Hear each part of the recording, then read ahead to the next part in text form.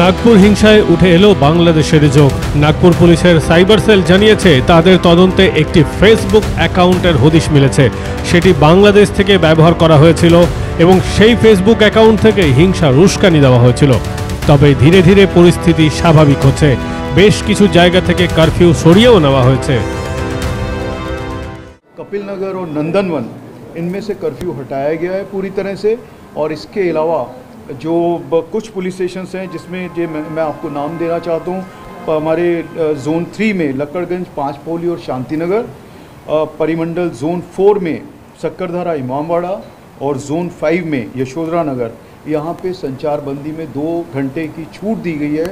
लोगों की कोई असुविधा जो हो रही थी उसको देखते हुए और जिस तरह से शांति है शहर में उस सभी चीज़ों को देखते ये किया गया है। 3 पुलिस स्टेशन जो जोन 3 में हैं उनमें संचार बंदी आज भी हमने जैसे थी वैसी रखी है। उनके नाम है कोतवाली, तहसील और गणेशपेट। নাগপুর পুলিশ জানিয়েছে সাম্প্রদায়িক অশান্তি উস্কে দেওয়ার লক্ষ্যে সোশ্যাল মিডিয়া প্ল্যাটফর্ম জুড়ে আপত্তিকর বিষয়বস্তু সম্বলিত 140টিরও বেশি পোস্ট এবং ভিডিও চিহ্নিত করা হয়েছে। বুধবার এক আধিকারিক জানিয়েছেন এই ভিডিও এবং পোস্টগুলি ফেসবুক, ইনস্টাগ্রাম, এক্স এবং ইউটিউব থেকে আপলোড করা হয়েছিল। তথ্য প্রযুক্তি আইটি আইন 2000 এবং 79/3B ধারায় নোটিশ ইস্যু করা হয়েছে যাতে এই ধরনের কন্টেন্ট অবিলম্বে সরাতে সুবিধা হয়। এই ধরনের বেশ কয়েকটি সোশ্যাল মিডিয়া পোস্ট করা হয়েছিল এমন কম্পিউটার থেকে যেগুলির আইপি অ্যাড্রেস ছিল বাংলাদেশের। সোশ্যাল মিডিয়ায় গুজব ছড়ানোর অভিযোগে বুধবার রাতে নাগপুর পুলিশ 4টি এফআইআর দায়ের করেছে। এখনও পর্যন্ত এই ঘটনায় জড়িত সন্দেহে 90 জনকে গ্রেফতার করা হয়েছে। হিংসার মাস্টারমাইন্ড মাইনরিটি ডেমোক্রেটিক পার্টির নেতা ফাহিম খানকেও গ্রেফতার করেছে পুলিশ। বৃহস্পতিবার ফাহিম ও আরও 6 জনের বিরুদ্ধে দেশদ্রোহের মামলা রিজু করা হয়েছে। তবে দাঙ্গাকারীদের অনেকেই আত্মগোপন করে রয়েছে বলে জানিয়েছে পুলিশ। দাঙ্গা এবং গুজব ছড়ানোর অভিযোগে প্রায় 200 জনকে শনাক্ত করা হয়েছে। পুলিশ জানিয়েছে আরও 1000 জনকে শনাক্ত করার চেষ্টা চলছে। এর জন্য সিসিটিভি ফুটেজের সহযোগিতা নেওয়া হচ্ছে। এই ঘটনার তদন্তের জন্য পুলিশ 18টি দল গঠন করেছে। এই দলগুলি বিভিন্ন দিকে নিযুক্ত রয়েছে। সাইবার সেলের পক্ষ থেকে সিসিটিভি ফুটেজ, মোবাইল ফোনের ফুটেজ, সংবাদ মাধ্যমের তোলা footage, social media post, social media page ব্যবহার করে দাঙ্গাকারীদের শনাক্ত করা হচ্ছে। তাদের ডেটাবেসও তৈরি করে রাখা হচ্ছে। দাঙ্গাকারীদের ছবি হাতে পাওয়ার পরই পুলিশ তাদের গ্রেফতার করবে বলে জানানো হয়েছে। जिन्होंने जो सुबह का आंदोलन किया उन पर नियम के अनुसार गुने भी दाखिल हुए हैं, लेकिन रात को ये सब अभी जिस गली में अपन है उस गली में भी हिंदू और मुस्लिम बांधवों के मकान है। जहां अपन खड़े ना उस गली में भी, लेकिन नुकसान सिर्फ हिंदू बांधवों के घरों को हुआ है। ये इसलिए मैं बोल रहा हूँ ये प्लानिंग के साथ है और ये सब नागपुर से बाहर से आने, कोई मोमिनपुरा से बालदारपुरा आए, बालदारपुरा से मोमिनपुरा गए, कोई हसनबाग से आए, कोई ताजबाग से आए, और सभी के पास वीडियो है और प्लानिंग कर कर ये सब किया है। जितनी गाड़ियां फूटी होंगी वो सारी हिंदुओं की है, उसमें एक भी मुस्लिम बांधवों की गाड़ी नहीं। अभी मैं हंसापुरी से जाके आया, उस रास्ते पर रोज हिंदू और मुस्लिम बांधवों की गाड़ी एक साथ पार्क होती है। कल मुस्लिम बांधवों की गाड़ी पार्क नहीं थी वहां। इसका मतलब ये वेल प्लान्ड है। अभी मैं सुबह जाके आया और मैं जानकारी लूंगा। और जहां जिस एरिया में तहसील पुलिस स्टेशन के एरिया में वो सारा एरिया है, तहसील पुलिस स्टेशन के उचित बर्ताव नहीं करने के लिए कल वो घटना घटी, ऐसा मेरा आरोप है। आज मैं वहां के नागरिकों से बात करके आया, 6 मीडिया कर्मी भी थे वहां भी।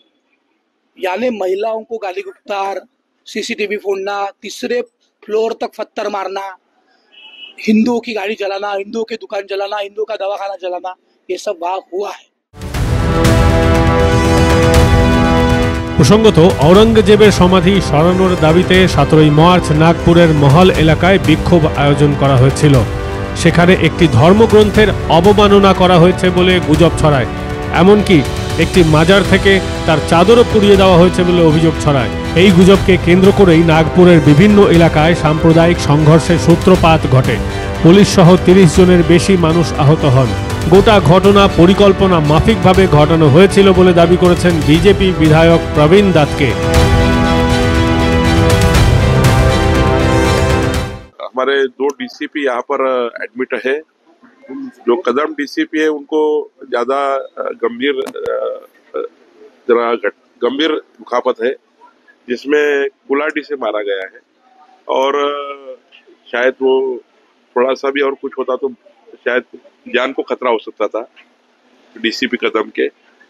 और हमारे 2 डीसीपी भी जख्मी हुए हैं, 34 पुलिस कर्मचारी और बाकी अधिकारी जख्मी है, तो सबको डिस्चार्ज किया गया है। लेकिन एक बहुत दुर्भाग्यपूर्ण है कि नागपुर में ऐसी घटना होती है, और नागपुर जैसा हमारा सांस्कृतिक शहर है, हमारा एक विरासत है, नागपुर का एक विश्व में और देश में नाम है। ऐसे शहर में कोई समाज कंटक इस प्रकार से घटनाएं करते हैं। हमारा नागपुर शहर सभी समाज को, सभी धर्मों को साथ में लेकर आगे जाने वाला शहर है। हिंदू, मुस्लिम, सिख, ईसाई हम सब लोग एक साथ मिलकर सारे त्योहार मनाते हैं, और ऐसे में ऐसी घटना हमारे शहर को बदनाम करती है। तो मेरा आह्वान पालक मंत्री करके है सभी जनता को, इसीलिए मैं आया हूँ कि जनता ने सबने साथ मिलकर ऐसे लोगों को ढूंढ के निकालना चाहिए, ऐसे लोगों की माहिती पुलिस को देनी चाहिए। ছত্রপতি সম্ভাজিনগর জেলায় অবস্থিত মোগল সম্রাট ঔরঙ্গজেবের সমাধি অপসারণের দাবিতে বিশ্ব হিন্দু পরিষদের নেতৃত্বে বিক্ষোভের সময় পবিত্র শিলালিপি সহ একটি চাদর পোড়ানো হয়েছিল বলে গুজব ছড়ানো হয় এবং এর জন্য নির্দিষ্ট ধর্মীয় সম্প্রদায়ের মানুষরা সোশ্যাল মিডিয়াকে ব্যবহার করেছেন বলে অভিযোগ। হিংসা প্রতিরোধে শহরের বেশ কয়েকটি এলাকায় কারফিউ জারি করা হয়েছিল।